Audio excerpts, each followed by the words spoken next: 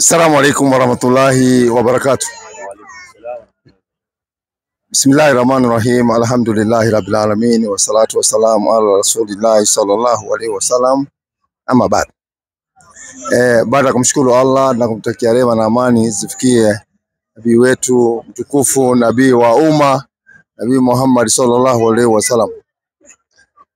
Ni jioni nyingine tena tumekuja katika viwanja hivi kama ilivyo ada yetu na kawaida yetu, na sisi huwa tunakuja hapa ili watu waweze kutuuliza maswali, na yale tunaweza tunajibu, na yale ambayo hatujaweza kujibu basi tunaweka akiba, tunajibu siku nyingine. Hapa ni katika mji wa Nairobi, upande Bakasi, na katika jiji letu leo nafikiri weather saa hii baridi inaanza kuingia kidogo, lakini alhamdulillah tunashukuru, yote ni ya Mwenyezi Mungu. Anabadilisha weather yake bila anavyotaka yeye. Hawamulishwi na mtu yeyote. Kwa hivyo dadangu, naona kuna dadangu hapa moja na si mgeni sana kwa sababu yeye huja na anauliza maswali yake, na leo amekuja na nimeona amekuja mapema. Nataka nimsikize, nisikie ako na lini la kusema. Kwa majina mimi naitwa Hassan Kariuki, sijui nawe dada unaitwaje? Naitwa Mary Kioko. Kioko. Asante sana. Ni maswali gani ambayo pengine yanakutatiza unataka kuuliza Waislamu? Kwanza ile swali ya ubatizaji. Waislamu ubatizwa kweli? Waislamu hawabatizwi. Waislamu ile kitu wanafanya ni kitu kinaitwa shahada. Shahada yani kushahadia, ni kukubali Mungu ni mmoja na Mtume Muhammad ni mtume wake, unakuwa Muislamu. Ni shahada tu, unakubali Mungu ni mmoja na unakubali ya kwamba Mtume Muhammad ni mtume wake, na unakubali manabii wengine wote unawakubali bila kubagua huyu kawacha huyu. Hiyo ndio tunaitaka shahada katika Uislamu. Una testify ya kwamba there's none to be worshipped but Allah and Muhammad is his messenger. Unaona? Hiyo ndio tunafanyaga, lakini ubatizo kwa Uislamu hakuna ubatizo katika Uislamu. Kama Yesu mwenyewe alibatizwa, mbona nyinyi msibatizwe? Ati Yesu alibatizwa? Wapi alibatizwa? Mimi sijaona. Hebu nione. Najua.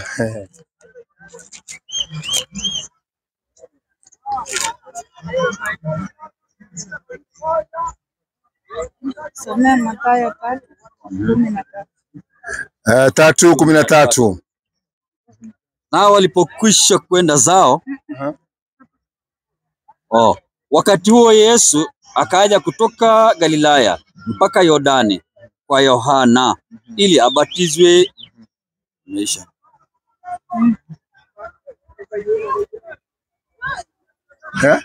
Wapi akabatizwa? Ili abatizwe. Mimi nasema ili yake ni abatizwe. Okay, wapi akabatizwa? Sasa tunaona hadi inaendelea. Acha nikusomee sasa.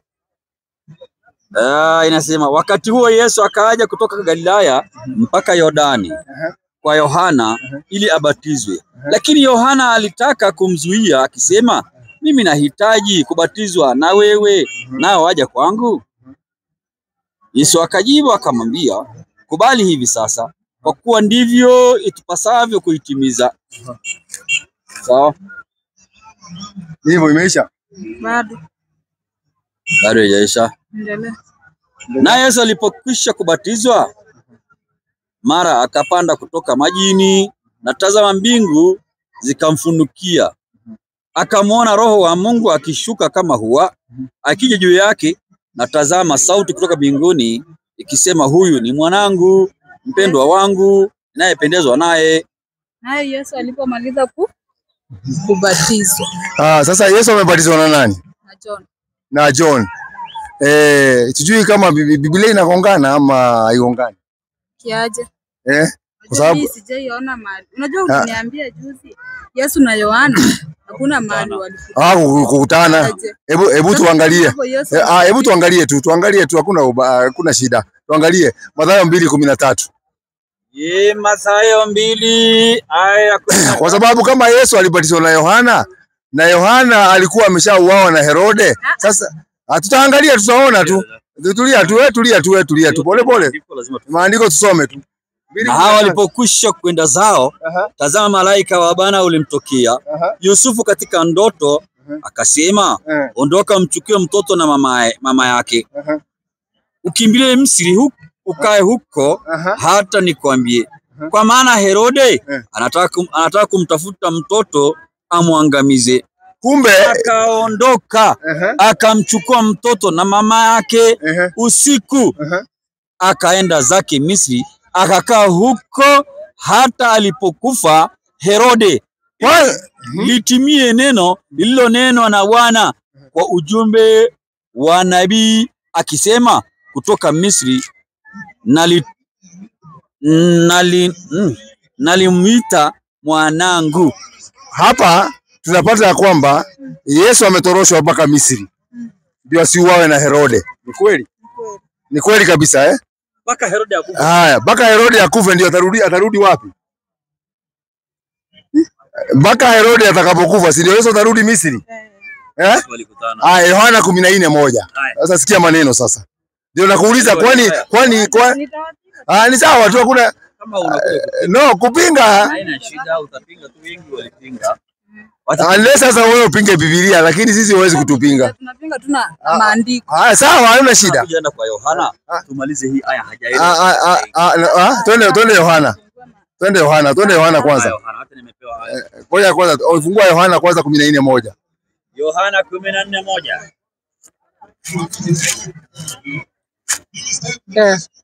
Dada, hapa tunafundishana, tupingane. Tunafundishana. Msifadhaike moyoni mwenu. Mnamwamini Mungu. Unasoma gani? 14:1. Yohana. Si Yohana. Mathayo pole. Mathayo 14:1. Sijali, nimerudi hapo. 14:1 inasema, wakati ule mfalme Herode alisikia habari za Yesu. Sikia sasa maneno sasa, usikie sasa ile muungano pahali iko sasa Wakati ule mfalme Herode alisikia habari za Yesu, akawaambia watumishi wake, huyu ndiyo Yohana Mbatizaji, amefufuka katika wafu. Kumbe Herode ndio alifanya Yesu atoroshwe aende wapi? Sasa tuongee tu ile reality. Herode ndio alifanya Yesu apelekwe mpaka wapi? Misri. Na akaambiwa akae huko mpaka wakati Herode atakapokufa. Na Herode anausikia habari ya Yesu, anauliza, je, huyo ni yule Yohana Mbatizaji ambaye nilimkata kichwa? Kuna mahali wameonana? Nataka uniambie. Haya, fungua tu. Kwanza ya Yohana kuzaliwa. Hatuko kuzaliwa. Tunauliza nikia mambo hapa kuuawa. Sasa kama Herode alimuua Yohana na Yesu sasa hiyo amefichwa Misri ndio asiuawe na Herode, walikutana wapi na Yesu ndio abatizwe? Hiyo ndio swali. Sasa kwanza mambo ya ubatizo inakusaidia na nini? Mwache tu alimwacha tu mwali. Ni swali tunaulizana. Mwache tu kwanza. Sasa tuone ndo Yohana akufe. Auawe na Herode. Nauliza hivi, wewe umesikia vile Herode amesema? Hiyo ni mbele. Na mwenye alizaliwa lazima akufe. Ngoja kidogo. Herode nauliza, huyo anasikia anaongea huko, ni yule Yohana nilikata nini? Aliyekufa. Hapo unajua Yohana nini ya? Yohana 14, Mathayo 14:1. Mathayo 14:1. Sasa hiyo ni kifo cha nini?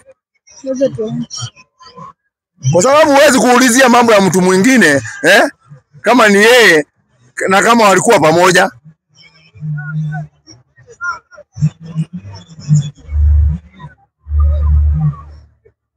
Nauliza hivi, sauti katoka wapi? Ngoja. Kwanza hapa kwa Ikawa Yesu alipokwisha kuwaagiza wanafunzi wake 12, alitoka huko kwenda kufundisha na kuhubiri katika miji yao. Naye Yohana aliposikia huko gerezani matendo yake Kristo, alituma wanafunzi wake kumuuliza, wewe ndiwe yule ajaye Unasoma gani? Gani? Hiyo ni Mathayo 11:1. Soma hiyo andiko yako, ninasikia ni mzuri sana hiyo andiko yako, soma. Ikawa Yesu alipokwisha kuwaagiza wanafunzi wake 12, alitoka huko kwenda kufundisha na kuhubiri katika miji yao. Naye Yohana aliposikia huko gerezani matendo yake Kristo, alituma wanafunzi wake kumuuliza, wewe ndiwe yule ajaye au tumtazamie mwingine? Kumbe Yesu anatumana gerezani. Yohana anauliza akiwa gerezani, aende aulize Yesu kama wewe ni ule tunangoja ama ni mwingine. Wanajuanaje? Sasa si wewe ndio umetoa hata. Wewe umejifunga na wewe kabisa. Kwa sababu endelea. Sasa hii nafasi nakupa. After John amebatiza Yesu. Yesu ameenda zake kuanza mafundisho yake. Yohana naye ameenda zake bado kufundisha bado watu. Hata tunaona kuna wanafunzi wake. Sasa after John amebatiza Yesu ameingia kwa ministry yake. Hapa shida yenye ilikuwa si John. Sasa nikuulize hivi, inakuwa kuaje Yohana anaulizia kama huyo ni ule tunangojea ama ni mwingine? Walijuania wapi? Sindo Already wameshaonekana mwalimu. Sindo watu wadhibitishe. Yaani Yohana asiwaambie kwamba eti ni Yesu. Hapana, usiongeze maneno yako. Anasema hivi, Yohana ametumana gerezani. Yohana Mbatizaji kama amefungwa na Herode. Anasikia habari za Yesu akiwa gerezani. Akatumana wanafunzi wake waende kwa Yesu wamuulize, wewe ni wewe tunangojea ama ni mwingine? Sasa wanajuana hao watu wawili. Moja ako gerezani, moja ako nje, wanajuana. Sasa mwalimu, unajua iko hivi. John si amezaliwa na Zakaria na Elizabeth ili akuje prepare way ya Messiah, sawa? Sasa vile Messiah amekuja, hata John mwenyewe anaogopa like, Yesu nilikuwa nadhani unakuja kunibatiza, sio mimi nikubatize. Lakini Yesu anamwambia ndo itimie yenye iliandikwa nibatize. Yaani Yesu anajifanya mdogo kwa John ili abatize. Tunaona tu hapa mwenyewe. Yes. Maneno ya kubatizwa ndio nimekakuuliza. Hii kitabu inagongana, maandiko inagongana kwa sababu Yesu na Yohana anadhibitisha kwamba hawakuonana na Yesu. Si amesema? Sasa rudia hiyo andiko tu, umetoa 11, Mathayo 11. Soma. Inasema wazi. Inasema wanafunzi wa Yohana wanaenda kumuuliza Yesu, wewe wametumwa na Yohana na ule yako gerezani, walionana wapi? Kama angekuwa hawajuani. Alafu ndio uendelee mbele. Unashika kusoma Biblia uko nayo nyumbani tu. Ndio tuna waste time sana. 11:1 ndio umetoa. Biblia hiyo aya 11:1. Nataka usikize hiyo, wewe ndio umetoa, hata sio mimi nimetoa. Wewe sikize tu vizuri. Wewe ndio umetoa hiyo 11. Ikawa Yesu alipokwisha kuagiza wanafunzi wake 12, alitoka huko kwenda kufundisha na kuhubiri katika mji yao. Naye Yohana aliposikia, angalia, naye Yohana aliposikia huko gerezani. Nini? Huko gerezani matendo yake Kristo. Kumbe Yohana ako gerezani, Yesu yuko nje. Sasa anatuma wanafunzi kufanya nini? Alituma wanafunzi wake kumuuliza, wewe ndiwe yule ajaye? Yaani hawajuani kabisa.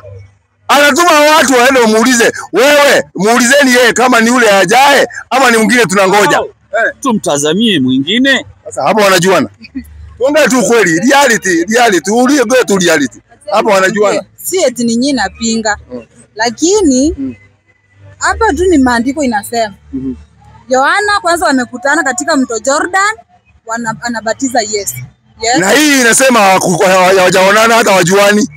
Sasa tuamini gani? Tuamini huyu alikuwa anabatizwa ama hii ambaye hawajuani kabisa, they don't know each other. Hata Yohana anatumana anauliza, endeni mumuulize, ni wewe ama tunangojea nabii mwingine? Sasa wanajuana wapi? Hata wengine.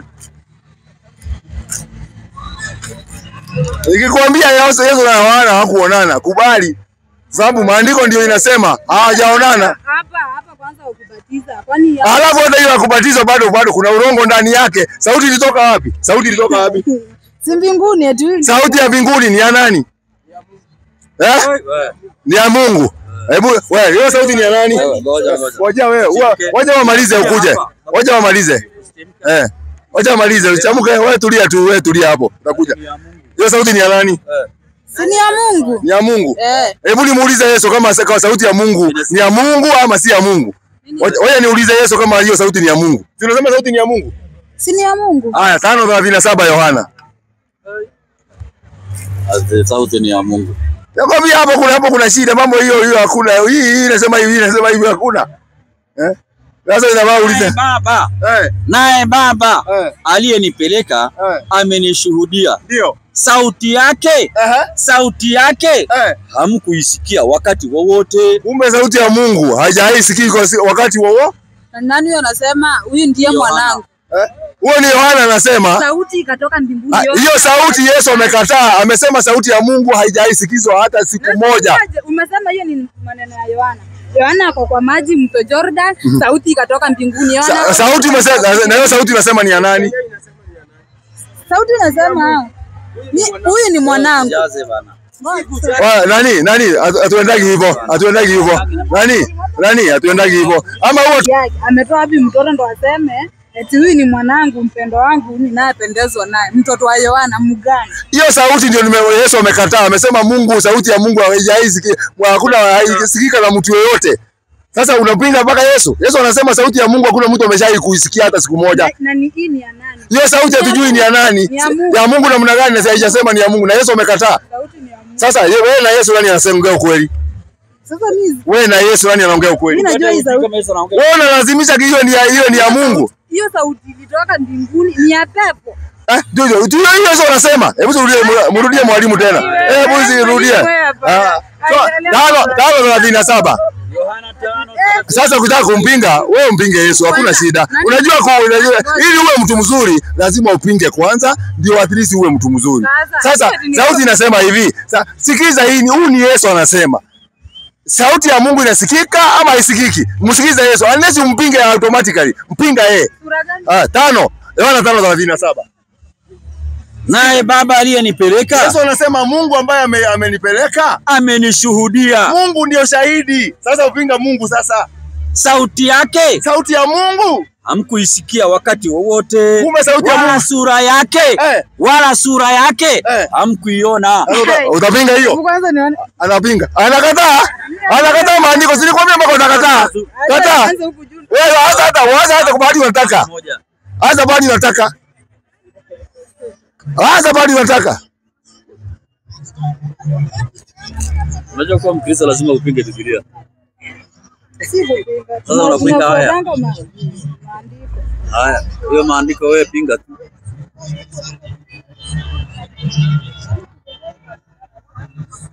Tusome mpaka wapi tuache kupoteza wakati? Hata kama kuna mwingine wako na ile kitu uko naye kwa roho yako kama hasira, tempa, weka mbali sana. Kwa sababu tunaongea hii uhai tunavuta hapa saa hii ni yake, ndio ametupa afya. Sisi zote ni viumbe vyake. Kwa hivyo ukija hapa, kuja taratibu, kuja tuongee pole pole. Hiyo ndio maneno ya Mungu inaongea. Maneno ya Mungu si kama maneno ya siasa. So kwa hivyo ukija, just be humble. Hapana kasirika. Hasira haipeleki bali pote. Umesema. Tulia kwa wasalimiane kwanza tujuane. Hata hatujuani. Ngoja kidogo. Ndio wasalimiane sasa. Sasa kwa majina mimi naitwa Hassan Karioki na mimi ni Muislamu. Na wewe enda kakangu. Mimi naitwa Joshua. Ni Mkristo. Wewe ni Mkristo. Swali gani ungetaka kuuliza sisi Waislamu tuone kama tutaweza kujibu? Sawa. Kitu ya kwanza nimeambia huyu Yohana wachana na huyu kwa sababu huyu wachana na yake. Hii ni swali lake, wachana na yeye. Tunaona anafanya research yake. Atakuja hapa ataendelea na swali lake. Wewe uliza yako. Pambana na hali yako. Nataka unisomee Galatians. Galatia. Ngapi? 4:27. 4:27 wa Galatia. Haya sawa. Namna hiyo sasa ndio mzuri. Unaona tunaenda mzuri. Galatia Tena unanyang'anya roho ya Biblia. Ana shida, si nimemwomba na amempea roho safi. Wagalatia ngapi? 4:27. 4:27 mambo ni ya Wagalatia inasema. Aya. Kwa maana imeandikwa furahi. Ndio. Wewe uliye tasa. Ndio hiyo. Ndio. Ama endelea. Najua makosa ni kufanya research wakati unataka kuandika. Mimi nakwambia nitakuuliza tu twende.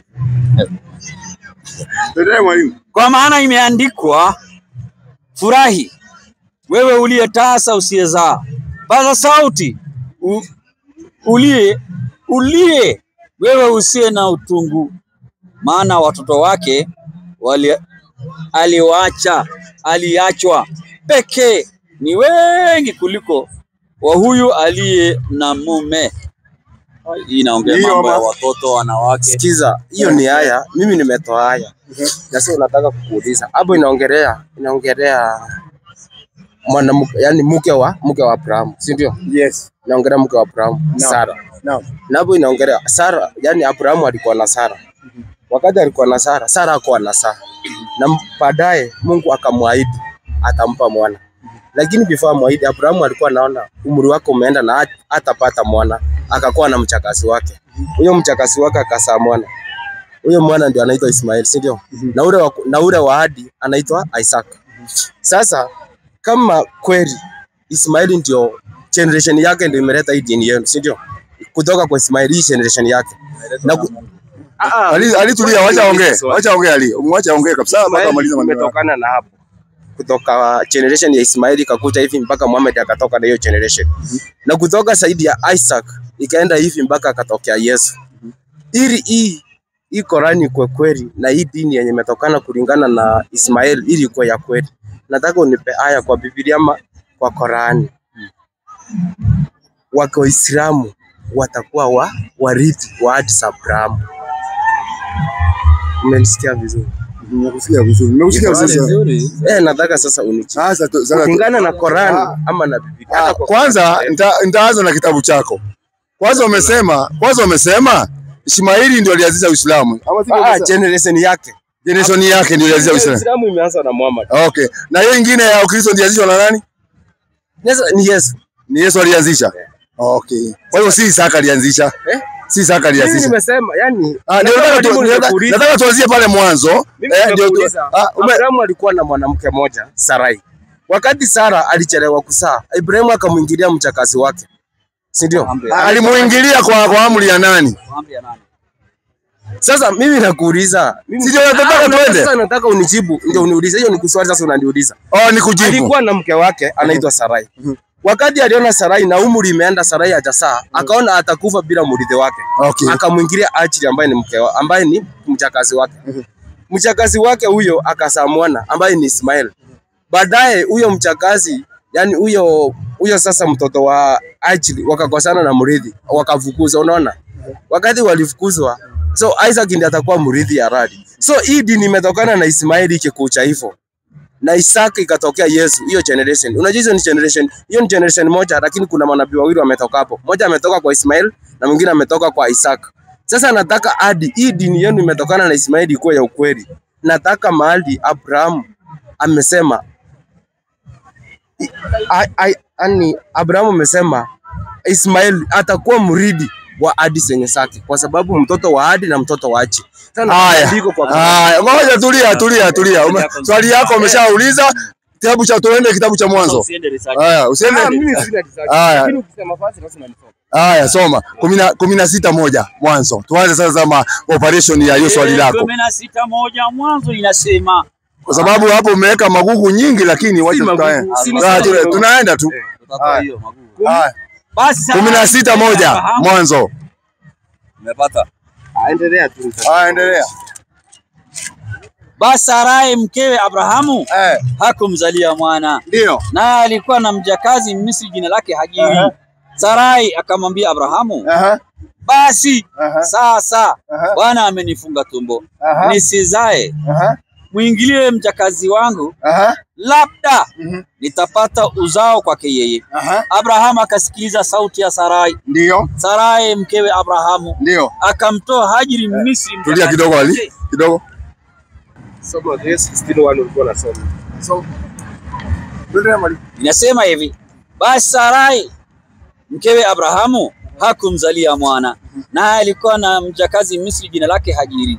Sarai akamwambia Abrahamu, basi sasa Bwana amenifunga tumbo, nisizae, mwingilie mjakazi wangu, labda nitapata uzao kwake yeye. Abrahamu akasikiza sauti ya Sarai. Sarai mkewe Abrahamu akamtoa Hajiri Misri mjakazi wake. Baada ya kukaa Abrahamu katika nchi ya Kanani miaka 10, na akampa Abrahamu mumewe awe mkewe. Kwanza, kitu ya kwanza title imechange. Kutoka kwa maid mpaka wife. Tumeelewana hapo? Sawa. Sasa ni wife ama ni maid? Ni maid. Ukisoma, hebu soma. Nauliza hivi. Hapo. Unajua kitu ya ubishi ndio sakagi. Na mimi sakagi nataka tunaongea na mtu vizuri. Andiko limesema baada ya kutolewa Hajiri akapatiwa Ibrahimu awe mkewe ama awe nani? Awe maid. Hapo awe mkewe. Kwa hivyo sasa amekuwa mke. Sawa. Hapo tumeelewana Sawa? Sawa. Endelea mwalimu. Basi akamwingilia Hajiri, naye akapata mimba. Naye alipoona ya kwamba amepata mimba, bibi yake alikuwa duni machoni pake. Sarai akamwambia Abrahamu, ubaya ulionipata na uwe juu yako, nimekupa mjakazi wangu kifuani mwako. Naye alipoona kwamba amepata mimba, mimi nimekuwa duni machoni pake. Bwana na hukumu kati ya mimi na wewe. Tulia sasa. Hapa kwanza tu step ya kwanza ya kujua mambo ya watoto wa Ibrahimu. Tumepata ya kwamba huyu Hajiri amekuwa mke wa Ibrahimu. Mtoto amepata mimba. Kwa hivyo anaenda kupewa Ishmaeli. Na ukasema ya kwamba aliyerithi Ibrahimu ni mtoto wa ahadi ambaye ni nani? Ni Isaac. Hebu tuulize Biblia. Kweli 15:1. Mwanzo hiyo. 15:1. Tuone mrithi atakayemrithi Ibrahimu ni nani? Baada ya mambo hayo, neno la Bwana likamjia Abrahamu katika njozi likinena, usiogope Abrahamu, mimi ni ngao yako na thawabu yako kubwa sana.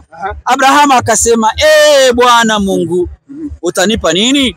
Nami naenda zangu hali sina mtoto, na atakayemiliki nyumba yangu ni huyo Elzeria Dameski. Abrahamu akasema, tazama huku nipa uzao, na mtu aliyezaliwa nyumbani mwangu ndiye mrithi wangu. Nalo neno la Bwana likamjia likinena, huyu hatakurithi, bali atakayetoka katika viuno vyako. Atakayetoka viunoni vya nani? Viunoni mwake. Ishmaeli ametoka viunoni vya nani? Uko sawa vile unasema. Wewe taratibu tu. Ishmaeli ametoka viunoni vya nani? Viunoni mwa Isaka ametoka viunoni vya nani? Mwa Abraham. Kwa hivyo wote wawili wametoka viunoni vya nani? Sawa. Nataka unajua kidogo. Tumeambiwa hivi. Wewe kidogo taratibu. Tumeambiwa atakayetoka kiunoni chako ndio atakurithi. Na tunapata wote wametoka katika viunoni vya nani? Wote wametoka viunoni mwa. Kwa hivyo wote watarithi nani? Wote watarithi. Kulingana na wewe unasema wote watarithi. Si kulingana na mimi, kulingana na kitabu. Si mimi. Sio mimi, ni kitabu. Ni kitabu. Mwenye atatoka kiunoni mwako atakurithi. Nani alitoka kiunoni? Wote walitoka kiunoni. Kwa hivyo wote watamrithi nani? Wacha asome Galatians 1 aendelee. Galatians hiyo ni mambo ya pambarua huko mwisho. Wacha asome Galatians 1. Kuna mtoto wa ahadi na kuna mtoto wa mchakazi. Wacha asome hiyo Galatians 4:1 asome. Ndio sasa uniambie wote watarithi ama kuna mmoja atarithi.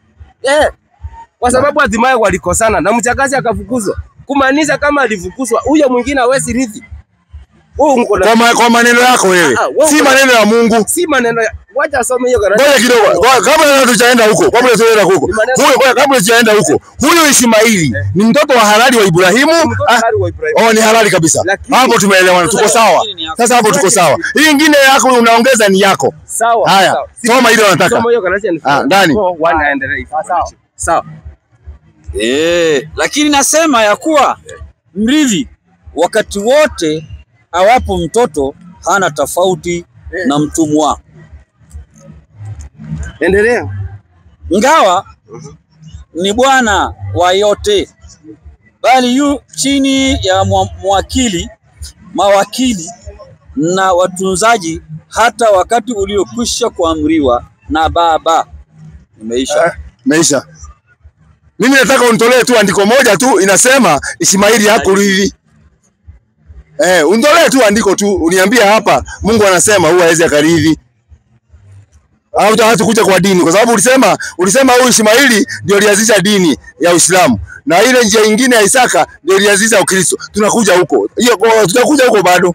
Tuko kwa hapa kwa kwanza. Tumalize kwanza urithi kwanza. Sawa. Wacha hebu soma hiyo 4:21. Haya, hii inaishi. Hiyo Galatians 4:21. 21. Niambieni nyinyi mnaotaka kuwa chini ya sheria. Je, hamsikii sheria? Imeisha. Endelea. Si amesema 4:21 imeisha, hajasema endelea. Mpaka ngapi? Unataka mpaka ngapi? Haya. Niambieni nyinyi mnaotaka kuwa chini ya sheria. Je, hamsikii sheria? Kwa maana imeandikwa ya kuwa Ibrahimu alikuwa na wana wawili, moja kwa mjakazi na moja kwa muungwana. Sawa, achia hapo. Enda tuende. Hiyo kwa nini unaacha unakatakata nusu? Kuna watoto wawili. Si waacha amalize. Waacha asikie aseme. Waacha imalize. Hebu soma malize. Alisoma. Soma umalize. Hapo kuna Angalia. Unakataa kwa nini somwe? Mbona unakataa Biblia isomwe? Mbona huwa unakataa Biblia isomwe? Kwani wewe ni mtu aina gani? Unataka Biblia isomwe? Soma. Yule wa mjakazi. Lakini yule wa mjakazi alizaliwa kwa mwili. Yule wa muungwana kwa ahadi. Kumbe huyu mmoja hakuzaliwa kimwili. sasa kimwili. Ngoja kidogo. Alizaliwa kwa mwili mwenye alikuwa ni wa mchakato. Na huyo mwingine? Lakini huyo mwingine kwa ahadi. Mungu. Ahadi. Sawa ni hiyo sawa. Okay. Iko mzuri. Kwanza tuone hivyo. Haya malizia. Unaenda vizuri sana. Mambo hayo usema kwa mfano, kwa sababu, kwa maana hawa ndio kama maagano mawili. Kumbe wote watoto wawili ni maagano mangapi? Maagano mawili. Haya malizia. Moja kutoka mlima Sinai. Endelea. Lizalo kwa utumwa. Endelea. Ambalo ni Hajiri. Hajiri. Ni kama mlima Sinai ulioko Arabuni. Kumbe na Hajiri naye ni kama mlima Sinai ulioko wapi? Arabuni. Hapo kwa sasa twende. Umelingana na Yerusalemu wa sasa. Kwa kuwa anatumika pamoja na watoto. Bali Yerusalemu wa juu ni muungwana, naye ndio mama yetu sisi. Kwa maana imeandikwa furaha. Sasa umefika hapo. Hapo tumeona kuna wana wawili. Kuna mmoja wa mchakazi na kuna mwingine wa ahadi ambaye aliahidiwa na Mungu. Na hapa nimesema wote haya ni maagano mawili. Kuna wa mchakazi na kuna wa muungwana ambaye hiyo ni promise ya Mungu inatimia. Sasa nikakwambia nataka unipe andiko. Na umeniambia wote watarithi, si ndio? Ngoja kidogo. Mimi sina shida. Mimi nataka tu katika Biblia hiyo tu unitolea pahali ambaye Ismaili harithi. Ismaili harithi. Nitolee. Nataka unisomee kwa sia 28. Hiyo Galatians. Soma 28. Twende soma mpaka 31. Hiyo sasa. Hiyo Galatians 28. 4:28 alafu fige 31. Alafu niambie sasa Ismaili atarithi wapi? Sasa. Furahi wewe uliyetasa. 28. Basi ndugu zangu, kama Isaka sisi tu watoto wa ahadi, lakini kama vile siku zile yule aliyezaliwa kwa mwili alivyomudhi yule aliyezaliwa kwa roho, ndivyo ilivyo na sasa. Lakini lasemaje andiko? Mfukuze mjakazi na maana kwa maana mwana wa mjakazi hatarithi kabisa pamoja na mwana wa muungwana. Ndiposa ndugu zangu, sisi si watoto wa mjakazi, bali tu watoto wa uhai. Huyu aliye muungwana anasema maneno hao ni nani? Ngoja kidogo. Taratibu tu. Anasema haya maneno. Ismaili hata rithi ni Mungu ama ni Paulo? Sasa mimi nauliza hivi. Wewe si kitabu chako. Si chako. Ni kitabu chetu. Si chako. Hata uiamini. Naiamini. Uiamini. Tutakuja huko. Uiamini. Mimi nakwambia kabla uiamini. Wewe kidogo nauliza hivi. Kidogo. Usikimbie wa Qur'ani kwanza. Mpaka tumalize hii issue kwanza. Nauliza hivi. Haya maneno Paulo anasema ni ya Mungu ama ni ya Paulo anasema? Hii ni barua Paulo ameandikia Wagalatia. Paulo ameandikia watu gani? Hii kitabu ni ya Wakristo. Nauliza hivi. Hii nakuuliza usibishane. Soma hapo juu. Waraka wa Paulo kwa Wagalatia. Alikuwa inspired by Holy Spirit. Wapi Paulo alikuwa anazungumza na Mungu? Toa. Toa tu. Wewe taratibu. Unajua unabishana. Na mimi siwezi kwa hapa kwa ubishi. Nauliza hivi. Wapi Paulo alikuwa inspired na Mungu? Sasa nataka kukuonyesha. Huyu maneno anatuambia Paulo anasema vizuri sana. Nijibu. Umeniambia nikupe andiko. Ismaili hata rithi, si ndio? Si nimekupea. Kama ungenipatia Mungu ameongea ama Yesu akaongea, ningekubaliana na wewe. Lakini haya maneno ni barua ya mtu anaandika kwa watu. Ndio nasema, si ni kitabu cha Mungu. Nyinyi amwamini. Nani ameandika hiyo maneno hiyo kusema sikuuliza mambo ya kitabu. Usiache kurukaruka, acha kurukaruka. Barua ya Galatia. Paulo alikuwa anaandikia watu gani? Mwandishi ni Paulo. Paulo huyu, unamwamini Paulo? Mimi namwamini. Alikuwa mtume? Sasa tuko na ndio nauliza. Ndio tuwe fair. Huyu Paulo alikuwa nani? Hebu tuambie Paulo alikuwa nani? Huyu alikuwa hapa, umemuuliza maswali. Na mimi nimekuja umeniambia nikuulize swali. Nimekwambia Ismaili ametokana na generation ya Abraham. Uko sawa? Isaka ametokana na generation ya Abraham ambaye Yesu ametoka. Iko sawa? Sisi tunamfuata Yesu. Na wewe unamwamini Yesu wala umfuati. Sisi atumwamini. Tutakuja huko. Hiyo tutakuja. Usijali tutakuja tu. Nataka tuende pole tuelewane. Sisi tunamwamini Yesu na tunamfuata. Wewe muamini? Na mimi nakwambia 100%. Hapa si mahali hapa. Yesu muamini wewe. Sinakwambia. Tutakuja. Sasa nakwambia sisi tunamfuata Yesu na nyinyi mnamwamini nyinyi na mnamfuata. Sisi mbona tumwamini Muhammad? Kwa sababu hata tusatoke kwa Muhammad. Wacha na Muhammad kwanza. Ngoja kidogo. Usituziende huko, usitoroke. Tutakuja. Muhammad yuko hapa nitakuonyesha. Tulia. Tumalize hii maneno. Huyu Paulo, huyu Paulo alikuwa ametumwa na nani ndio kuja kutuambia Ismaili hata rithi? Na alitumwa na nani? Paulo ni mwandishi wa Biblia. Ndiye ameandika hiyo kitabu. Alitumwa na nani? Alikuwa inspired by the Holy Spirit. Wapi? Andiko. Hiyo ndiko ninataka. Umefanya vizuri sana. Very good person. Wewe ni mtu mzuri sana. Umesema Paulo, ngoja kidogo. Umesema Paulo, watu wanatusikiza hapa wanataka waende nyumbani na faida. Wewe unaweza kuwapoteza ama mimi niwapoteze. Wewe unaweza kumwambia maneno ya maana ama mimi niwaambie maneno ya maana. Sasa umesema Paulo was inspired by the Holy Spirit. Naomba hiyo andiko watu wakasome nyumbani.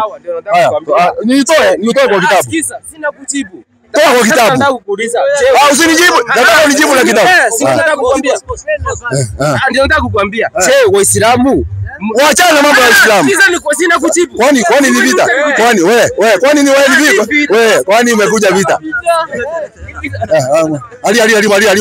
Aliwacha. Wewe mwalimu. Haya tuendelee sasa Paulo ndio amesema mtoto wa ule wa ahadi, mtoto wa nini hawezi rithi. Ndio ninakuuliza huyu Paulo kwa sababu ni barua alikuwa anaandikia Wagalatia, anawaambia Ismaili hawezi kurithi. Paulo nani alimtuma ndio aseme hiyo maneno? Ukasema ya kwamba wewe ukatuambia, nataka tuende taratibu, ukatuambia Paulo was inspired by the Holy Spirit. Ndio ninakuambia hiyo verse utoe, ndio hawa watu waende nyumbani wakafanya research. Sasa ndio tunangojea. Mimi niko hapa na mmenipa nafasi nimeuliza swali. Kitu ya kwanza nafaa yani nawaambia hapa au wote ni wasikilizaji. Mimi si kama huyu. Huyu atasoma Qur'an. Na huyu amehudhuria kwa hii mdada. Labda amepita hapa na amewauliza, si ndio? Sasa mimi umeniambia nimekwambia Paulo alikuwa inspired by the Holy Spirit. Not Paulo peke yake. All writers of the Bible were inspired by the Holy Spirit. Sasa ndio nataka kukuambia tunafanya hivi. Unajua naona wewe hujawahi kuja hapa kwa kiwanja. Nisikize kwanza, nisikize. Taratibu za hapa. Ngoja nikwambie taratibu za hapa. Taratibu za hapa hatutakaki mtu aongee maneno tu ya mdomo. Tunataka ukitoa kitu yoyote ukiambia watu utoe evidence, ndio watu waende nyumbani wakafanya research kwa vitabu vyao. Kwa hivyo ukija hapa usijaribu kuongea maneno ya porojo. Hapa tunatoa evidence. Kwa hivyo kama una evidence useme mwalimu mimi sina evidence, wacha mimi nikae kando. Kwa hivyo sasa ile tu kitu tunangojea saa hii. Mambo ya kusema ate nini na nini. Mambo ile tunataka saa hii ni kwamba umesema Paulo alikuwa anaongozwa na the Holy Spirit. Hiyo verse ndio tunangoja watu waende wakasome nyumbani. Hiyo tu. Hiyo hapo sina maneno mengi. Tusipingane na tuelewane vizuri. Kitu ya kwanza, first time umenipea nafasi hapa. Mimi nimekuuliza swali. Nimekwambia nataka unionyeshe mahali imeandikwa Waislamu ama the generation of Ismail will inherit Adisa Abraham. Si ndio? Na ukaniambia nikuonyeshe mahali watu wa Isaac ama hao watoto wote watarithi. Wewe ukasema watoto wote watarithi. Nikakwambia watarithi wote. Si ni kweli? Tukaenda hivyo ukaniambia Ismaili atarithi na ukaniambia watoto wote wametoka katika viuno vya Abraham. Nikakubali na sikupinga. Nikakwambia ndio wametoka viunoni, lakini kuna yule mwenye atarithi na kuna yule mwenye hatarithi. Nikakupea hiyo Galatians 4, nikakwambia ukasoma 4 ilikuwa 4:27. Ukasoma hapo ukasema hiyo ni maagano mawili. Ukasoma ukaenda 28 ikasema baadaye walikosana, ndio wote wametoka viunoni, lakini mtoto wa mchakazi hatarithi pamoja na mtoto wa hadi.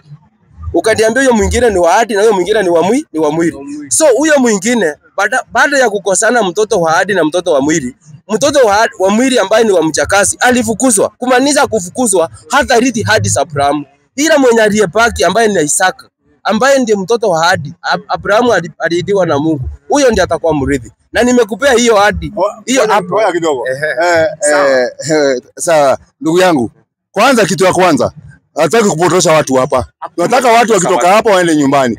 Mwanzo 18:18. Naomba nataka unisikize polepole kuhusu Ismaili na Isaka. Shika hii. Ndio hii Biblia. Wewe soma Mwanzo 18:18. Nataka usikize taratibu, tusome polepole, at least tuelewane. Katika hao watoto wawili, Ismaili na Isaka. 18:18 Mwanzo. Na wewe unyamaze. Ako sana. Unyamaze. Mimi niko na shida. 18:18 inasema akiwa Ibrahimu atakuwa taifa kuu hodari. Naam. Na katika yeye mataifa yote ya dunia watabarikiwa. Kwa maana nimemjua ya kwamba atawaamuru wanawe.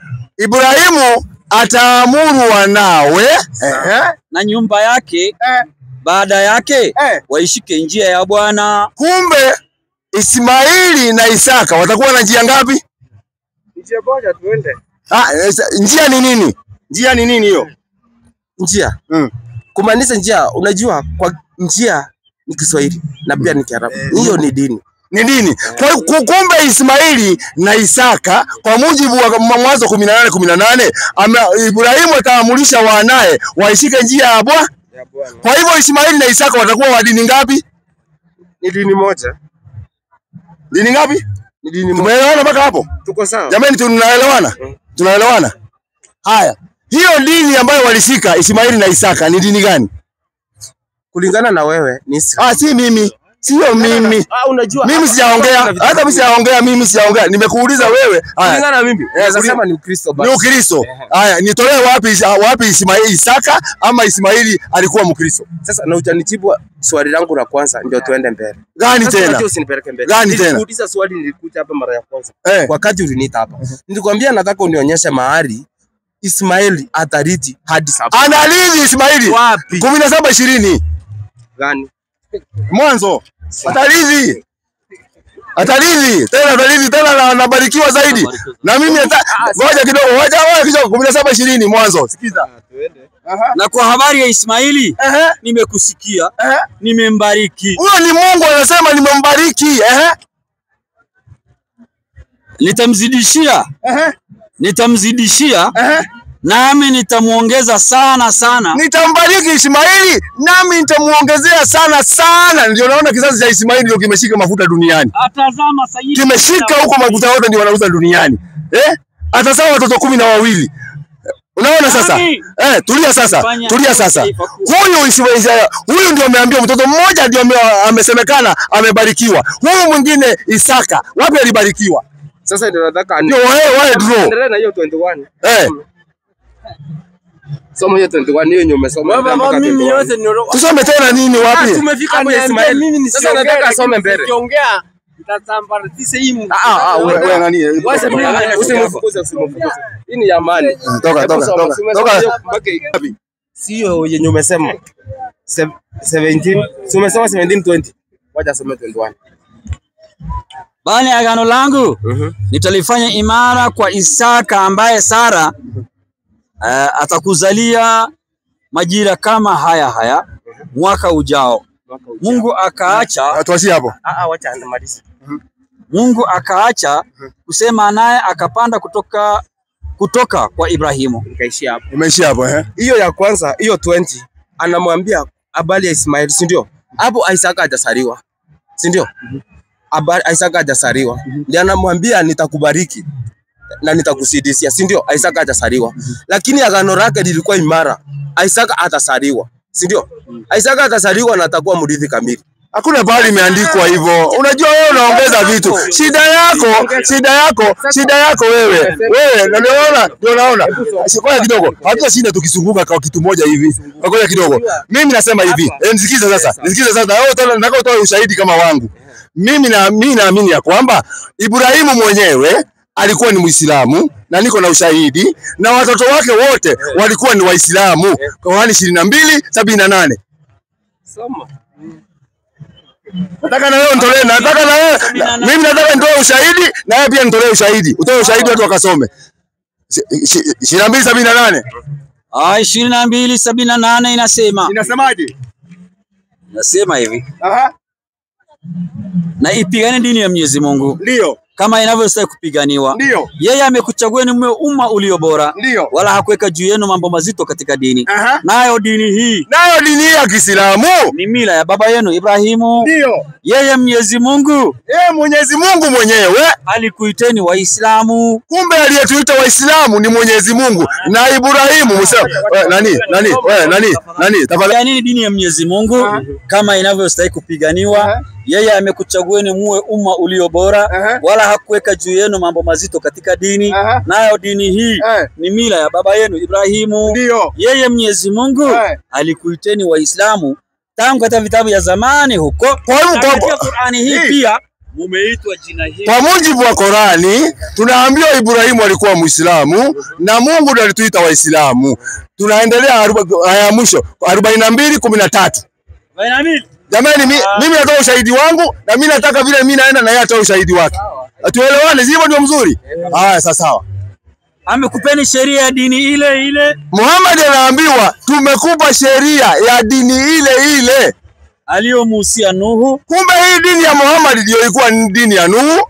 Na tuliokufunulia wewe. Nabii Muhammad. Na tuliwahusia Ibrahimu. Na Ibrahimu hii dini hii tu. Na Musa.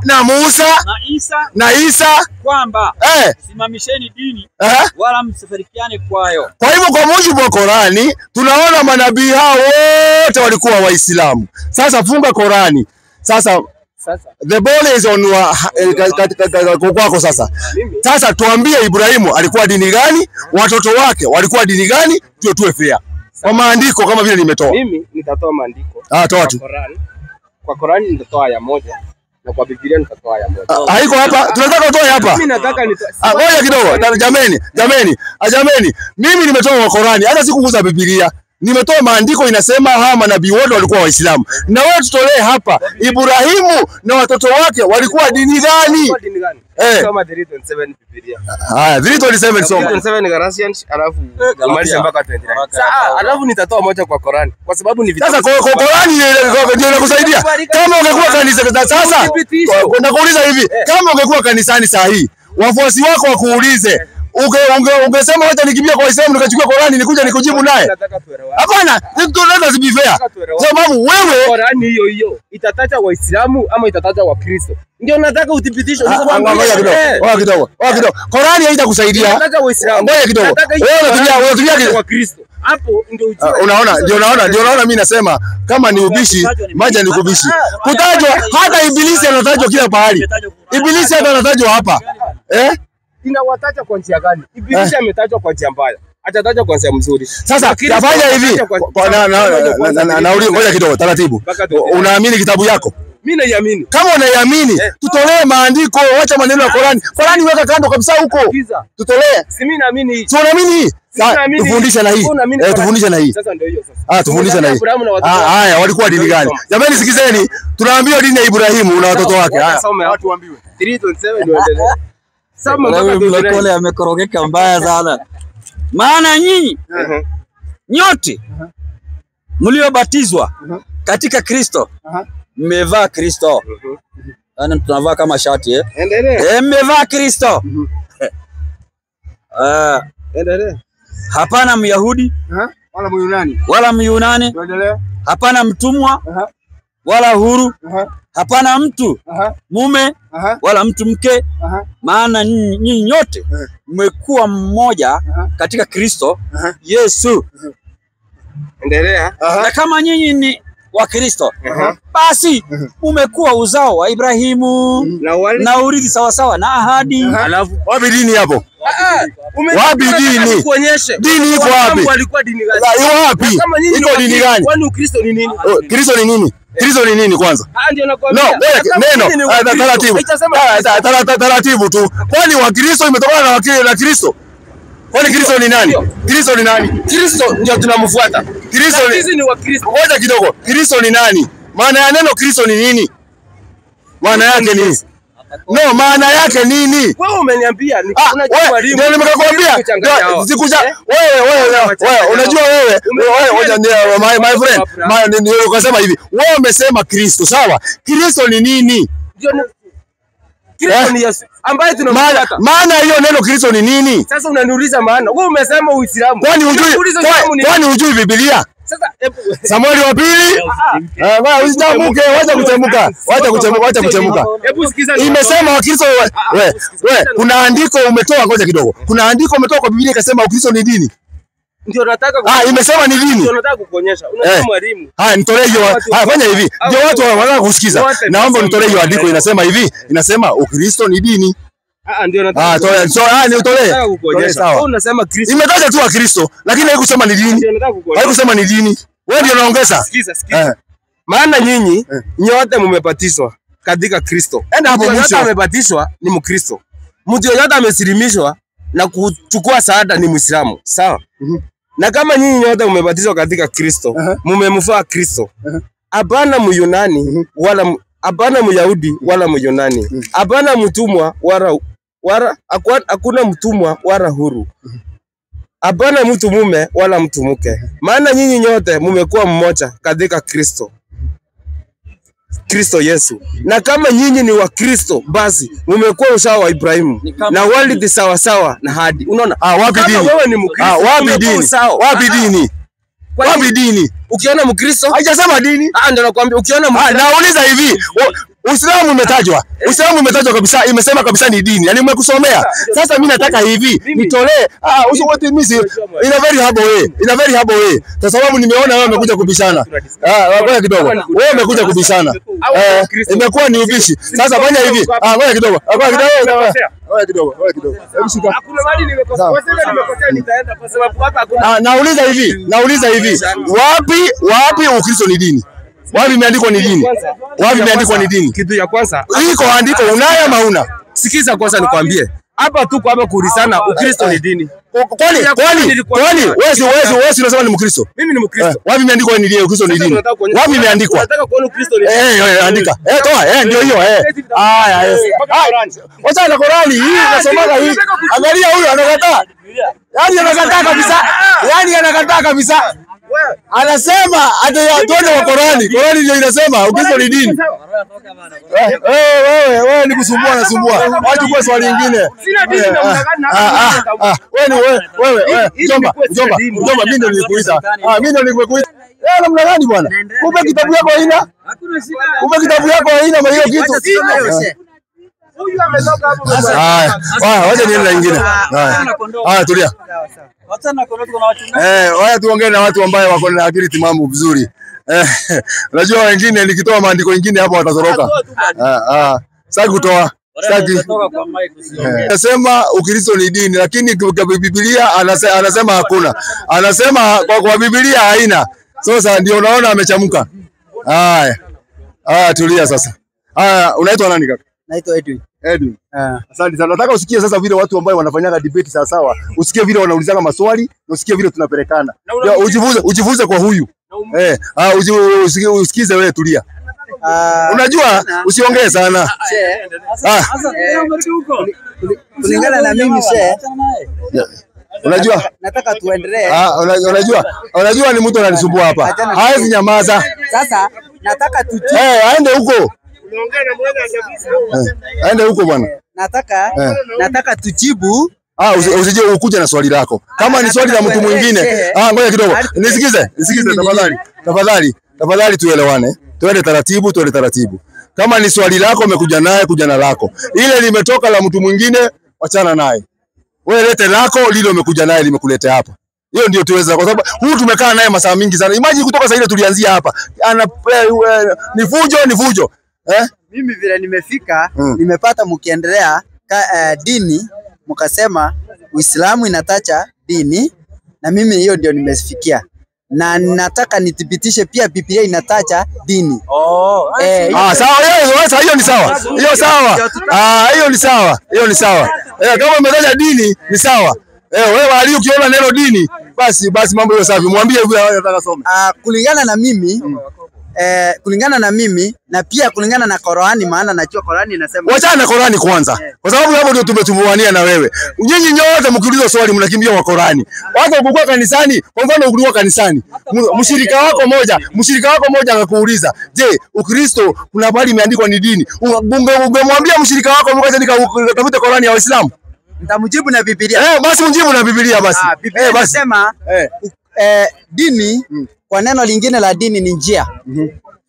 Kwa neno lingine la dini ni njia. Hapo nataka tuelewane hivyo.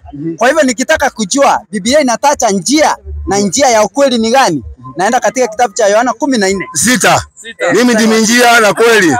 Hiyo ndio tunajua. Lakini sio dini, Yesu sio dini, Yesu binadamu. Hapo ndio tunaingia. Mimi mwenyewe nitajua vile Yesu binadamu je. 14:6. Mambo ni ya Yohana inasema. Na iseme. Yesu akamwambia. Yesu akamwambia, Bwana, sisi hatujui wendako.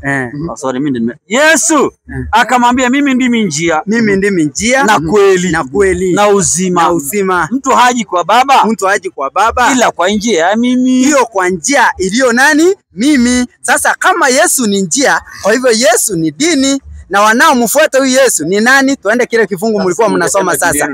Dini yenu ni gani? Dini yenu inaitwaje? Ndio hiyo, tuende. Dini ni Yesu ama ni nani? Dini sasa ni Yesu mwenyewe, ni dini maana ni njia. Kwa hivyo Yesu ndio dini. Ni njia ya kwenda kwa. Kwa hivyo yeye ndio dini.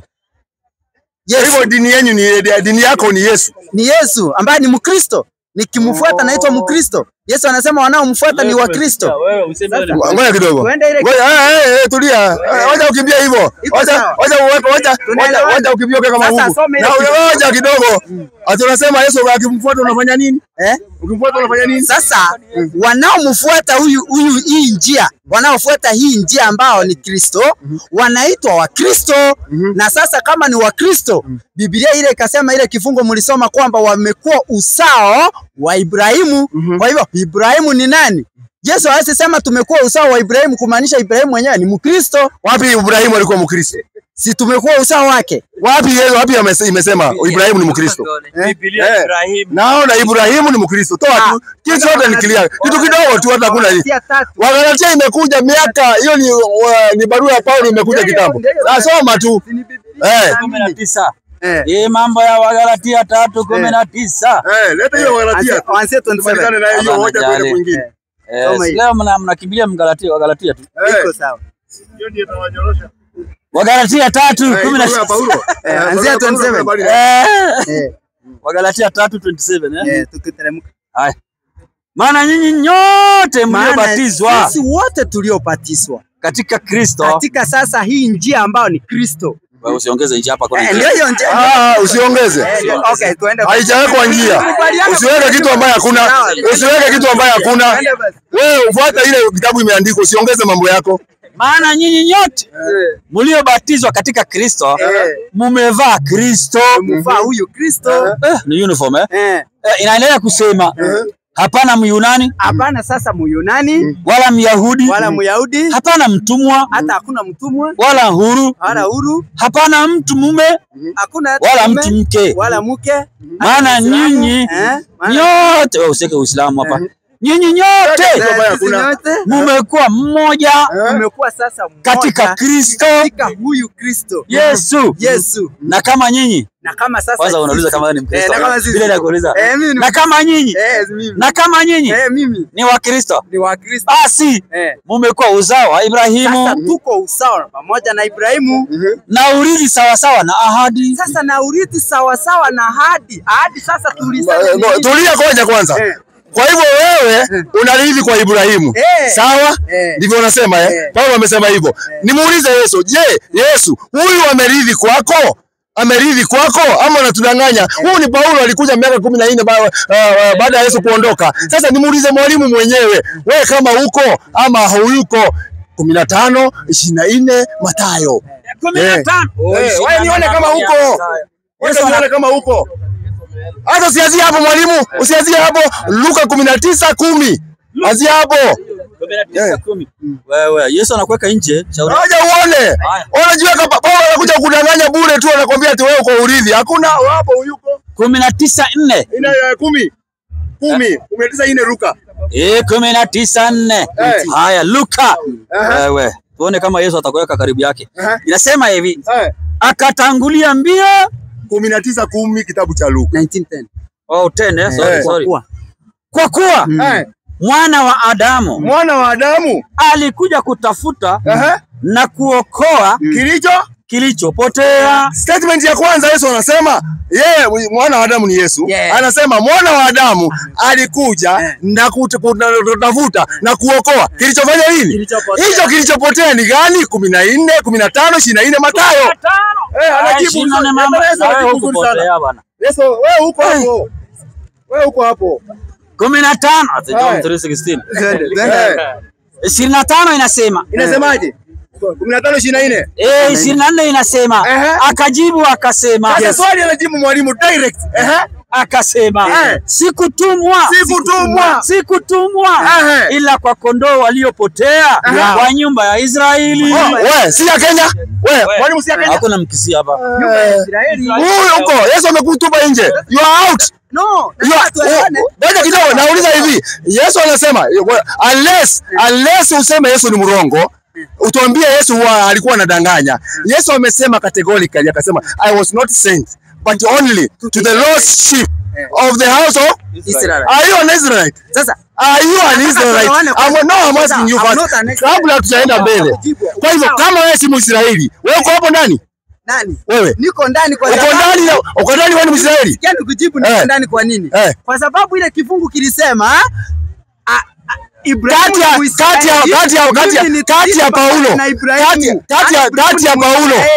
Sasa mimi niko ndani ya Ibrahimu. Kwa hivyo nitariti ndani ya Ibrahimu. Kwa hivyo nimefanywa kuwa Mwisraeli sasa. Kati ya Paulo na Yesu utamfuata naye, utakubali maneno ya nani? Na ukubali Yesu. Unakubali maneno na maneno ya Paulo? Paulo ameletwa kama mimi. Paulo ameletwa kama wewe. Paulo hakuletwa kama wewe. Paulo 12:7 kitabu cha Wakorintho wa kwanza. Paulo, ngoja sikiza, msikize. Huyo Paulo ambao unasema, msikize maneno yake. Sikiza. Wewe msikize. Wewe sikiza hapa. Sikiza hapa, mambo leo ni moto moto hapa, soma. 12:7 Wakorintho wa kwanza. Inasemaje? Endelea. Soma. Mwalimu soma. Inasema 12:7 Wakorintho wa kwanza. Inasemaje? Inasema hivi. Lakini kila mmoja 12:7 Wakorintho wa kwanza wa pili. Soma wa pili. 12:7 12 aya 7. Hapo sijali baba, ninaenda hapo. 12:7. Sawa. na makusudi. Paulo mwenyewe ndio anazungumza. Wewe usiseme ni mimi nimemwekelea. Haya, na makusudi nisipate kujivuna kupita kiasi. kwa sababu ya nini? Kwa wingi wa mafunuo hayo nalipewa miba. Akapewa miba. Nalipewa miba katika mwili. Nini? Katika mwili. Mjumbe wa shetani. Kumbe Paulo anasema ni mjumbe wa nani? Mwiba. Ndio Huyo mwimba. Ngoja kidogo. Taratibu. Wakisha hapo, ngoja kidogo. Huyo mwimba alidungwa wa shetani. Nani alimdunga Paulo? ni shetani mwenyewe. Bas, umeshamaliza maneno. Kumbe Paulo amedungwa mwimba na nani? Na shetani. Akawa mjumbe wa nani? Hapana, alikuwa mjumbe wa Unakataa. Wathesalonike wa pili 2:18. Ukikataa tu natoa ingine. Ukikataa, Paulo alikuwa anafanya kazi na ibilisi. Ngoja usikie. Ngoja. Wathesalonike wa pili 2:18. Taratibu mchungaji. Na wewe pia umedungwa mimba kama Paulo. Ama hiyo mimba umedungwa wewe. Soma mwalimu. Mwalimu. Soma Ali. Soma Ali. Ali soma. 2:18. Wa pili 2:18. Wathesalonike wa pili. Paulo alikuwa na shetani kila saa, kuna shetani. Every time. 2. 10 na ngapi? 8. Haya, acha niende moja. Wathesalonike wa kwanza. Haya. Lakini tumetoka mali. Ngoja kidogo. Tumalizane na hii. Tumaliza, tutarudi. Wacha tutarudi. Mtu asiwanyang'anye. Wa pili. Enda wa pili, Wathesalonike wa pili. 2:18. Ndio nimekuambia. 2:18. Hajafika 2:18. Soma wa kwanza 2:18. Soma. 2:18 imefika. Inasemaje? Kwa hiyo tulitaka kuja kwenu. Nataka ni mimi nimekuambia, ngoja kidogo. Nimekwambia Paulo kitu yote alikuwa anafanya, ibilisi ndio alikuwa anamuongoza. Sikiza sasa hii, wewe umekataa ile ya kwanza. Sikia ingine ya pili. Kwa hiyo tulitaka kuja kwenu. Paulo anasema tulitaka kuja kwenu. Naam. Mimi Paulo. Mara ya kwanza. Na mara ya pili. Na shetani akatuzuia. Kumbe Paulo kila pahali ambapo anaenda anafanya kazi na nani? Alimzuia shetani. Kumzuia asifanyaje?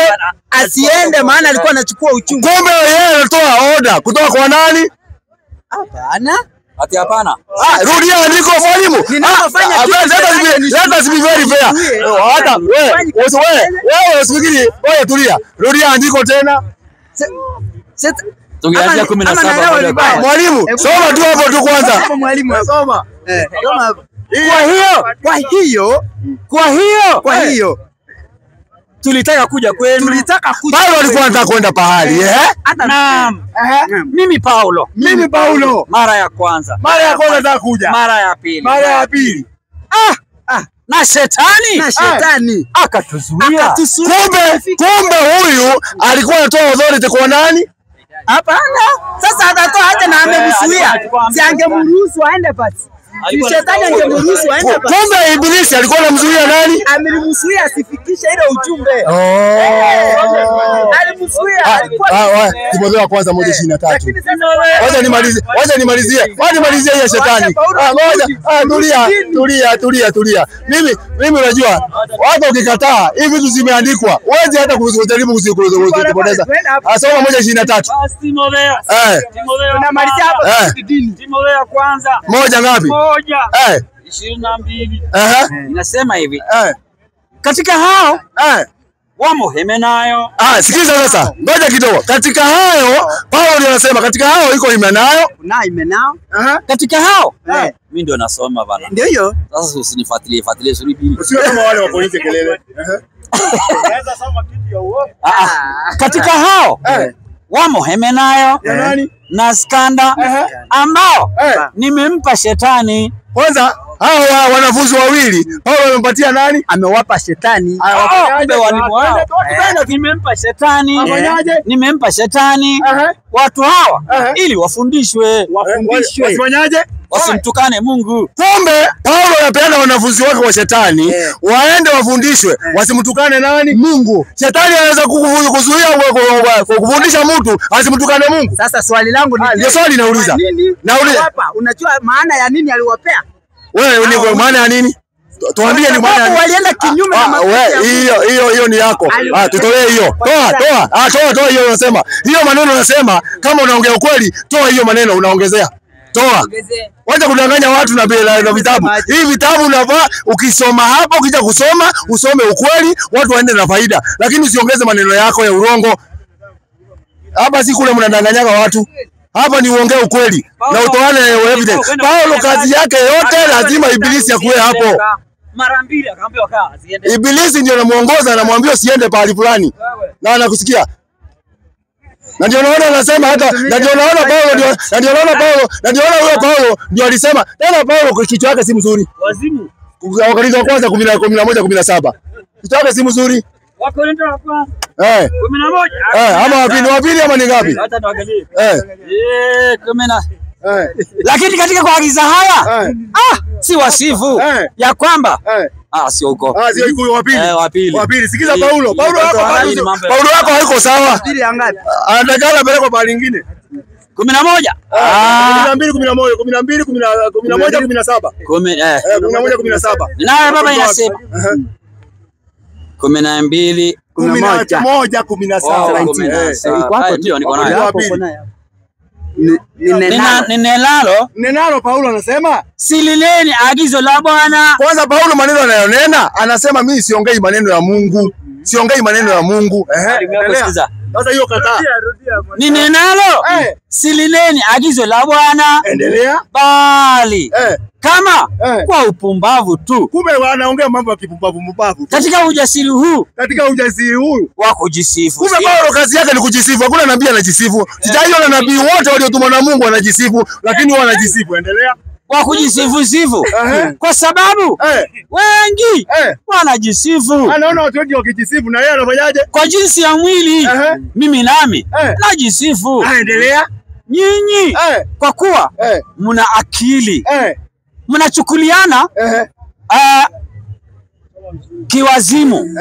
Endelea. Mnachukuliana hapo endelea.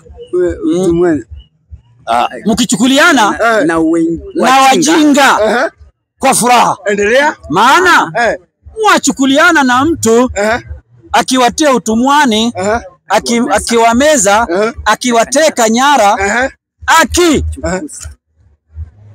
akijikuza, akiwapiga usoni, na nena kwa jinsi ya kujadili kana kwamba sisi tulikuwa dhaifu. Endelea. Walakini akiwa mtu ana ujasiri kwa lolote na nena kiupuzi. Kiupuzi. Anaenda kiupuzi huyu, sikia. Mimi nami ninao ujasiri wao. Ni Waebrania na mimi pia. Ndio Paulo alikuwa anajifanya. Akienda kwa Waebrania anajifanya Mwebrania. Endelea. Wao ni Waisraeli na mimi pia. Na tunajua yeye ni Mrumi. Wao ni uzao wa Ibrahimu na mimi pia. Wao ni wahudumu wa Kristo na nena kiwazimu. Wao ni wazimu. Sasa vuta Biblia. Vuta Biblia kabisa, tuvuta. Wewe toa wewe ukuandika. Nakwambia ndio nilisema hivi. Wewe ni mtu hapa kutoka zamani. Tulisema hivi. Wewe. Sisi wewe unajua? Wewe nisikize. Siongee na mic. Hata ngoja nikupatie mic. Mic nitakupatia. Wacha nimalize alafu nikupatie mic. Nasema hivi. Tulisema hivi. Wewe tangu zamani tulisema hivi. Mtu akija kwa hii kiwanja, kitu ya kwanza maneno yote unatoa utoe ushahidi. Ili watu waende nyumbani, wako na vitabu nyumbani wakafanya research zao. Watu wako na ngoja sikia kwanza.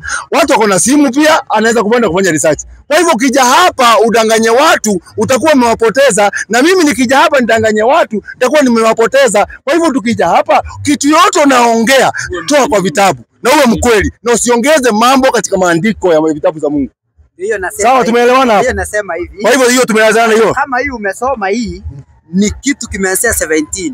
mimi vile nimeelewa Paulo kuna mambo alikuwa anazungumzia nyuma. Ukianza hiyo chapter yenyewe sasa utaelewa. Wewe ngoja kidogo. Wakati ulikuja hapa. Si Muisraeli. Kumbuka kwanza Paulo si Muisraeli. Ndio ukumbuke kwanza Paulo si Muisraeli. Ndio maana anasema yeye alitumwa kwa watu kwa mataifa.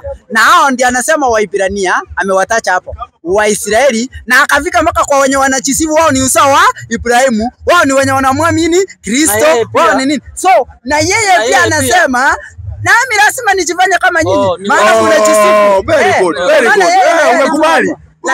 Kumbe huyu Paulo anasema hawa ni Wayahudi na mimi pia. Yeye alitembea kwa kidogo. Alisema hawa ni Wayahudi na mimi pia. Kwa hivyo Paulo ni Myahudi. Paulo ni Myahudi katika Kristo. Myahudi. Vile mimi ni Myahudi katika Kristo. Wewe ni Myahudi ppia? Tumefanya usawa wa Ibrahimu. Wewe ni Myahudi? Kabisa. Ukakika ni Myahudi? Katika usawa wa Ibrahimu. Ufunuo. Usawa wa Ibrahimu. Wewe ni kama ni Myahudi.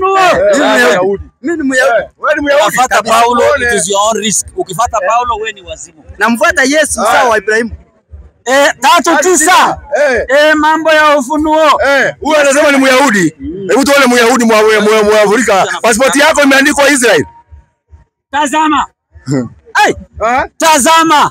Nakupa walio sinagogi la shetani. Kuna sinagogi ya watu wa sinagogi ya shetani ni nani? Wasemao kwamba ni Wayahudi. Kumbe nao sio. Kumbe wanafanyaje? Bali wasema uongo. Kwa hivyo wewe ni mrongo. Mrongo. Wewe ni urongo bwana. Wewe kuja kudanganya watu hapa.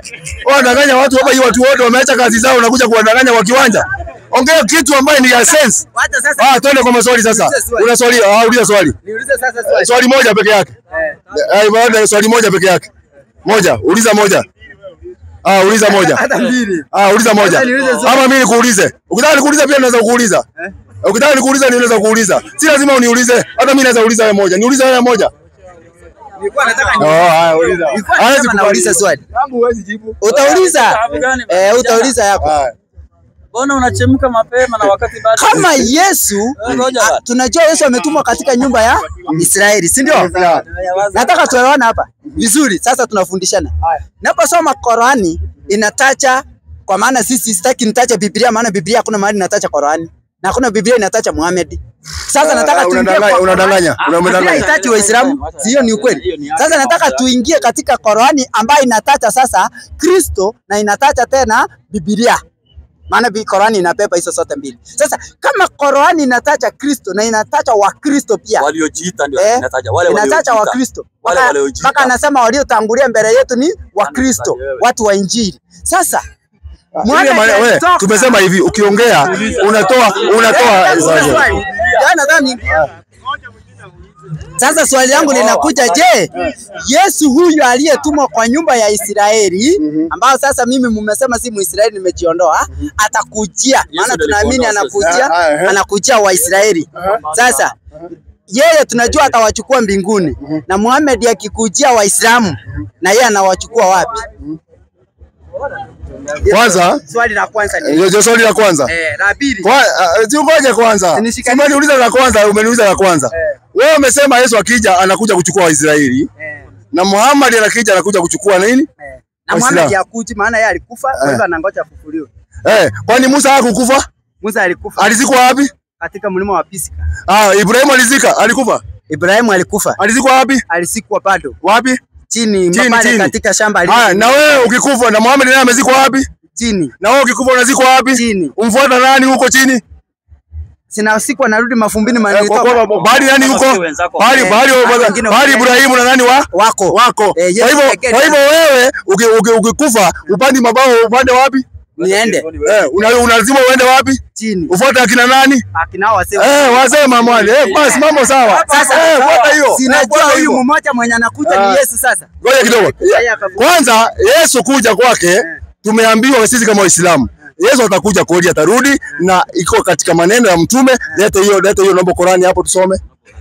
Imeelezwa. Sisi tunaamini. Wewe usitueleze na wewe utueleze. Na wewe tueleze vile atakuja. Uniambie vile atakuja. Hadithi ya Abu Huraira 3:53 na 55 hadithi yake chini. Haya 3:55. Hiyo Sisi hatuongeagi bila ushahidi. Wewe si umeniuliza Yesu atakujaje kwa mujibu wa Qur'ani? Sikiza vile Qur'ani inasema vile Yesu atarudi. Soma hiyo. Narrated Abi Hurairah radhiyallahu anhu. Aliwaambia wafuasi wake itakuwaje kwa mambo ya Yesu. Narrated Abu Hurairah radhiyallahu anhu. Inasemaje? Allah's messenger sallallahu alayhi wasallam said, who will you be when the son of Maryam, Mary, Isa, Jesus, radhiyallahu Soma hadithi gani? Ndio anasema ndio inasoma ndio inasema ndio inasoma ndio descent ama umesahau alayhi salam descend amongst you and he will judge people by the law of the Quran and not by the law of the Injil gospel. Soma hadithi ndio hapa juu Ali. Ndio nimekwambia usome pale juu. Haya. Wewe ndio umesoma chini. Nimesoma chini Soma hadithi yote complete. Jesus son of Mary alayhi salam narrated Abi Hurairah radhiyallahu anhu Allah's messenger sallallahu alayhi wasallam said by him in whose hand my soul is surely Isa Jesus the son of Maryam Mary alayhi salam will shortly descend amongst you Muslims Kwanza anakuja kwa Waislamu kwa mujibu wa amongst you Muslims endelea and will judge mankind justly by the law of the Quran tuendelee as the just a ruler he will break the cross. Kwanza atavunja hizi misalaba mmeweka kwa sababu mlimwekea lake kitu ya laana duniani anavunja yote endelea. Hiyo msalaba ni laana inavunjwa. Mimi sina msalaba. Break the cross and kill the pigs and there will be no jizya. Tunaona sasa tumeelezwa yeye atarudi. Atakaporudi Yesu atahukumu katika sheria za Qur'ani na tunajua kwamba tumeambiwa katika hadithi nyingine ya kwamba akija atamuua ule anaitwa Antichrist. Atakuja kumuua yeye. Na huyo Masihi anaitwa Masihi Dajjal. Sasa wewe tueleze na upande wenu iko aje mambo ya Yesu? Kwa maandiko lakini Sinaona tuko pamoja, ni mahali pamoja tu mmepotea. Maandiko lakini tunaamini. Tuko pamoja. Tuko pamoja. Usikuje kwetu. Iko kaa kwenu. Iko wacha nione na kwanga ufunuo ngapi? Usiniulize mimi. Wewe jitafutie mwenyewe. Unasaidiwa na ule. Saidieni yeye. Wacha nione usaidie. Saidieni. Niomba nafasi. Wacha asaidiwe tu. Lakini mimi najua hapa huwezi pata hizo. Inasema hivi. Wewe 17. Soma. Tazama. Yuaja na mawingu. Na kila jicho litamuona. Na hao waliomchoma. Na kabila zote za dunia wataomboleza. Watamuona. Wataomboleza. Yani ni kifo inaombolezwa kwa ajili yake. Naam. Amina. Nyingine. Una nyingine? Ziko nyingi. Lakini sema Yesu akija anakuja kufanya nini? Akija anakuja kufanya nini Yesu? Tuambie. Hii maombolezo bana, hakuna matanga wakati wa Yesu. Sio namna gani bana? Wewe unaona? Sasa ili wewe kidogo. Wewe kulingana na mimi sababu fanya nikianza kupeana wacha nipeane summary. Mimi najua hii Biblia inasema Yesu anakuja, ndio hii nimesema. Qur'ani imesema pia, Qur'ani imesema Yesu anakuja. Ndio maana nikasema hapo tuko sawa. Na Qur'ani ikasema atahukumu. Vivyo hivyo Biblia inasema atakapokuja atahukumu wenye haki nawe atapeleka watu wapi? Haki. Unaona? Atapeleka watu wapi? Lakini sasa Biblia inazidi ikisema atakapotoa hukumu kuna wale watenda maovu, kuna wale watenda mema. Hakuna maovu siku hiyo. Wenye watenda maovu wako. Si watu wanatenda maovu. Kwani anayehukumu siku ya kiyama ni nani? Si ni Yesu. Ni Yesu ndiye anahukumu siku ya kiyama? Una hakika? Zaburi ya 56. Wewe namna gani bwana? Wewe unatoa mamlaka ya Mungu unapea Yesu?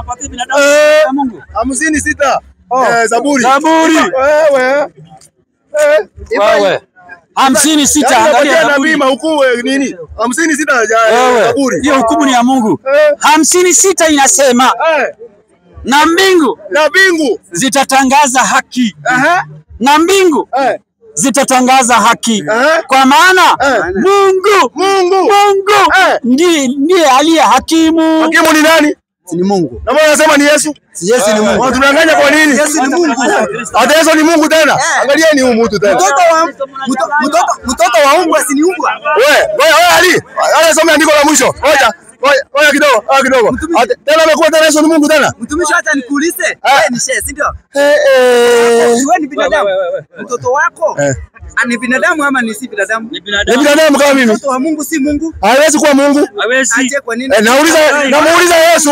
Wacha nimuulize Yesu kama ni Mungu. 20:17 Yohana haya ya mwisho. 17 kitabu. Wewe sikiza, natoa andiko la mwisho mimi. Au tuonane kesho. Andiko la mwisho. 20. Haya wewe tulia wewe. Wewe chama na acha kelele. Wewe chama tulia. Chama ngoja kidogo. Tulia bwana. Soma. 20:17. Naomba usikize hiyo andiko vizuri. Tumesema Yesu ni Mungu. Ni Yesu anaongea sasa. Wacha mwenyewe usimsomee, umwambie, wacha yeye mwenyewe ajisemee kama yeye ni Mungu, sawa? Haya soma. Yesu akamwambia usinishike kwa maana sijapaa kwenda kwa Baba. Lakini inaenda kwa ndugu zangu kawaambie ninapaa kwenda kwa Baba yangu. Naye ni Baba yenu. Yesu anasema mimi naenda kwa Baba yangu na huyo Baba yangu ndio Baba yetu sisi. Kwa Mungu wangu. Rudia tena. Kwa Mungu wangu. Kwa Mungu wa nani? Kwa Mungu wangu. Mungu wa nani? Naye ni Mungu wenu. Wa Kristo. Mungu wa nani? Wa Kristo. Kumbe Yesu ako na Mungu wa Mungu wake ambaye kwa hivyo yeye sio na? Kwa hivyo yeye sio nani? yeye ni Mungu pia. Kesho basi kesho. Wacha kupoteza kondoo.